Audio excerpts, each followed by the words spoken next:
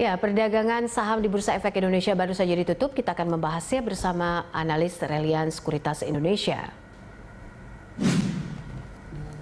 Untuk membahas pergerakan IHSG hari ini serta prospek di pekan depan, kita sudah terhubung bersama Lanjar Nafi, Head of Research Reliance Sekuritas Indonesia. Mas Lanjar, terima kasih sudah bergabung bersama kami. Kita lihat hari ini IHSG ditutup melemah ke zona merah. Apa saja yang mempengaruhi lantai bursa hari ini?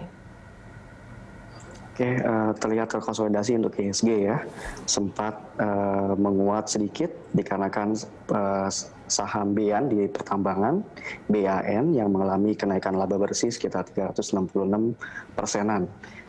Namun terimbangi dengan penurunan di saham-saham basic industri, terutama di poultry ya, yang melemah cukup signifikan akibat rencana pemerintah untuk melakukan impor dari Brazil untuk ayam ya. Dan juga pelemahan dari saham Telkom.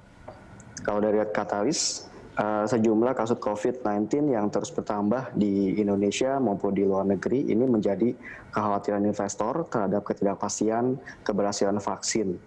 Yang kita tahu vaksinasi saat ini sedang berlangsung ya, dan memang di dalam negeri sendiri kemerataannya masih dipertanyakan, dan juga kalau dilihat dari ketersediaan vaksin ya, Menteri Kesehatan pun menyatakan kalau ketersediaan vaksin di Indonesia itu masih cukup di bawah target mereka, dan target suntikannya pun masih di bawah, di mana target suntikan vaksin setiap harinya itu 1,4 juta dan saat ini masih di sekitar 500.000 saja.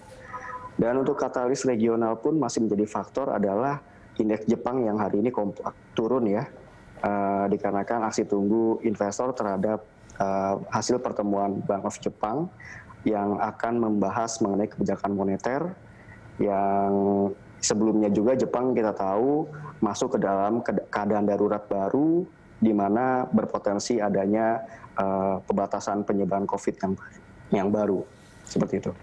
Oke, soal ekspektasi arah kebijakan The Fed dalam 2 bulan ke depan seperti apa ini, Mas Lanjar? The Fed mengindikasikan akan tetap mempertahankan suku bunga ya sampai angka inflasi dan data lapangan pekerja yang benar-benar kuat dan stabil. Tapi kalau kita lihat dari sisi pergerakan datanya, dari government bond 10 tahun di Amerika yang saat ini berada di 1,5% dan inflasi yang di atas 2,5%, ini memiliki gap yang cukup jauh terhadap suku bunganya yang hanya 2,5%.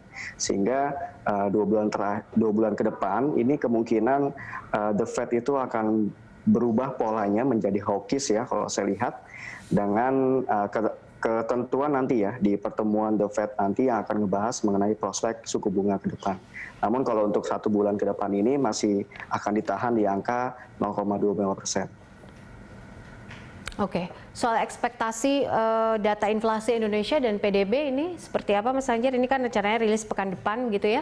Sektor apa saja yang patut kita cermati terkait dengan hal ini? Oke, untuk ekspektasi inflasi, kalau saya lihat dari konsensus analis dan juga ekonom, ini inflasi Indonesia di bulan April secara year on year bisa 1,6%, yang sebelumnya itu 1,37%. Dan di pekan depan juga ada pengumuman pertumbuhan ekonomi atau PDB, itu sekitar 1,9% naik ya ke positif ya secara year on year di kuartal 1 2021. Itu secara konsensus, dengan sebelumnya itu masih negatif 2,19% di kuartal 4 2020. Dan untuk sektor-sektor apa, kalau saya lihat kurang lebih sekitar dari 59% penopang pertumbuhan ekonomi. Kalau PDB kita positif, ini otomatis sektor-sektor yang menjadi penopang pertumbuhan ekonomi akan menjadi primadona. Di antaranya ada konsumsi, perbankan, basic industry, dan juga consumer.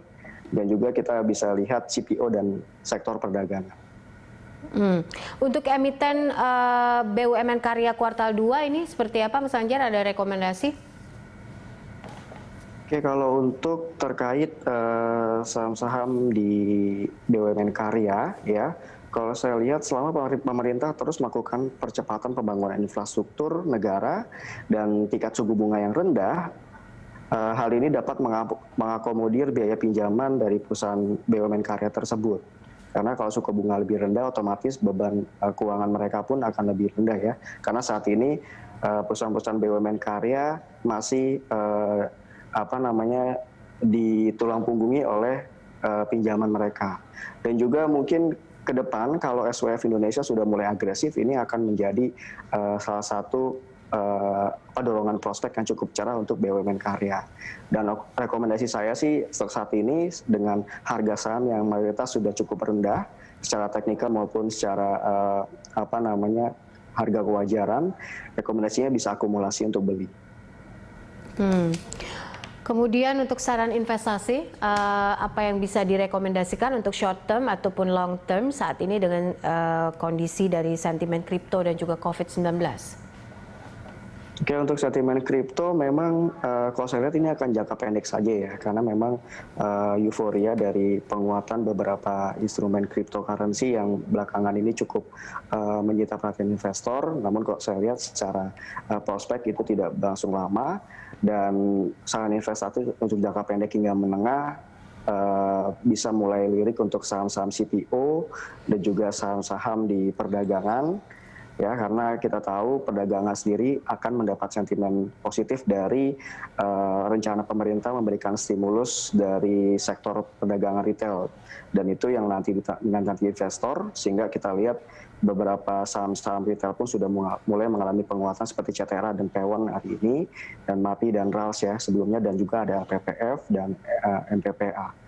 Dan saham-saham di sektor konsumer juga perlu diperhatikan, di antara ada Unilever yang sudah cukup sangat rendah, dan selebihnya saham perbankan seperti BBRI dan BBTN yang masih mengalami tekanan aksi jual dan harga sahamnya pun sudah cukup rendah saat ini. Oke, untuk rekomendasi sell on strength atau beli agresif untuk Mei ini? Oke, secara katalis memang di Mei ini investor akan dihantui oleh istilah sell on May ya. Dan kalau saya lihat pun secara 10 tahun terakhir, bulan Mei tercatat mengalami rata-rata pergerakan itu di level minus 0,79. Artinya selama 10 tahun terakhir di bulan Mei memang mengalami pelemahan sekitar 0,79%. Namun dari probabilitas kenaikannya itu jauh lebih besar ketimbang penurunannya. Probabilitas kenaikan di bulan Mei itu 56%. Sehingga di bulan Mei ini ya masih bisa disarankan untuk trading, dan juga masih ada potensi terjadinya penguatan meskipun secara rata-rata pergerakan 10 tahun terakhir minus 0,79%. Oke, ini kan ada isu juga soal emiten di Wall Street ya yang merilis laporan keuangan di kuartal 1 yang cukup tumbuh positif begitu ya. Kalau untuk BEI sendiri seperti apa Mas dengan emiten BEI kita?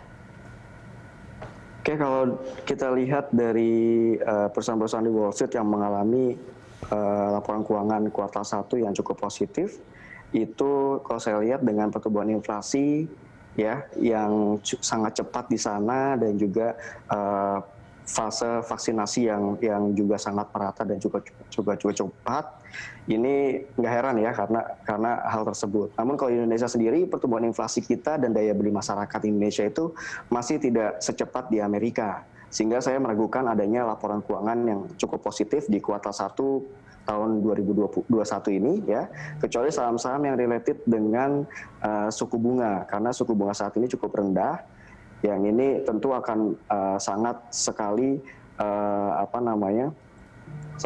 dimanfaatkan oleh saham-saham yang related dengan suku bunga seperti properti ya, dan juga perbankan. Oke, rekomendasi untuk esok Mas Lanjar seperti apa?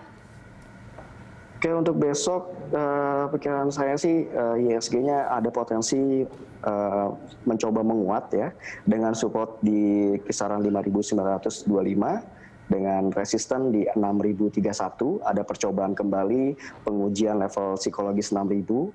Dan untuk saham-sahamnya bisa dicermati saham-saham CPO, karena hari ini CPO-nya di Malaysia itu naik 2,65%. Itu seperti ALI dan LSIP. Dan juga bisa dicermati untuk saham-saham yang mendapatkan intensif di sektor retail dan pemerintah seperti MAPI, RALS, CTRA, dan Pewon. Dan juga bisa diperhatikan juga untuk saham-saham poultry yang hari ini mayoritas tertekan habis-habisan ya akibat wacana pemerintah untuk melakukan ekspor dari Brazil, ini bisa diperhatikan Main, Java, dan Cepin. Baik, Mas Lanjar, terima kasih untuk rekomendasi dan juga analisanya. Pemirsa, Lanjar Nafi, Head of Research Reliance Sekuritas Indonesia.